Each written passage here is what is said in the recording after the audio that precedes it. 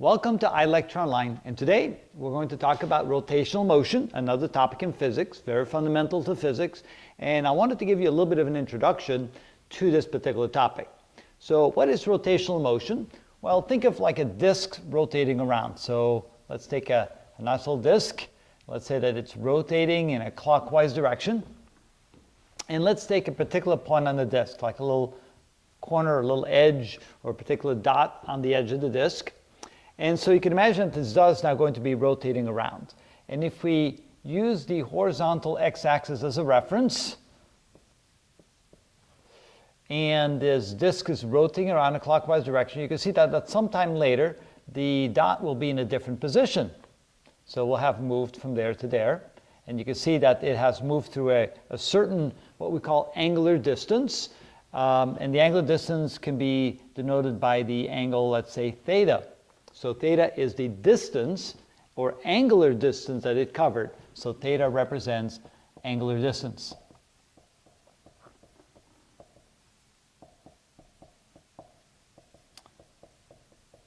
All right, now, how fast is the disk rotating? How fast is it spinning? And so the way to express that is how big of an angle per unit time are you covering? And the variable you use for that is angular velocity, and we use the letter omega for that, the Greek letter omega, and it represents angular velocity.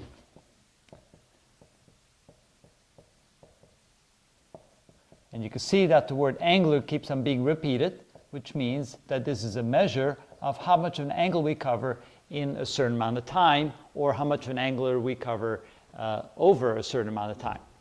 All right, then another unit that we need to think about is what if the disk rotates, increases its rotational speed or decreases its rotational speed. That we call acceleration. And in this case, we use the letter alpha to express the term angular acceleration.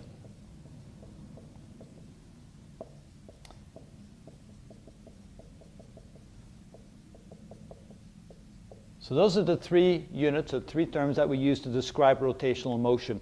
And the definitions of them is that omega, by definition, is the change in angle over time. And if we want to do that in a differential equation, we can write that as d theta dt. Angular acceleration is defined as the change in the rotational speed or rotational velocity as a function of time, or we can write this as d omega dt. So those are the definitions. And you can see that there's a lot of parallel between these units or these ways of writing motion compared to the linear units of motion. And let me write the equation of kinematics in both versions. So for linear motion, we can write the three equations of kinematics as follows. We can say that x is equal to x sub naught plus v sub naught times t plus 1/2 at squared, or we can write that v is equal to v sub naught plus at, or we can write that v squared is equal to v initial squared plus 2ax. Okay, those are the three equations of linear motion called the equations of kinematics, and we can write the equivalent equations for rotational motion.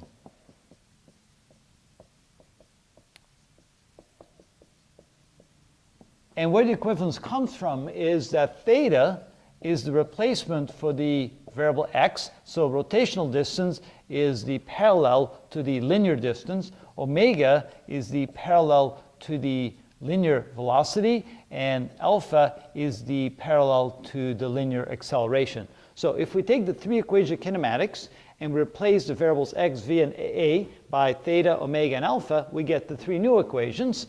That theta is equal to theta sub naught plus omega sub naught times t plus 1/2 alpha t squared.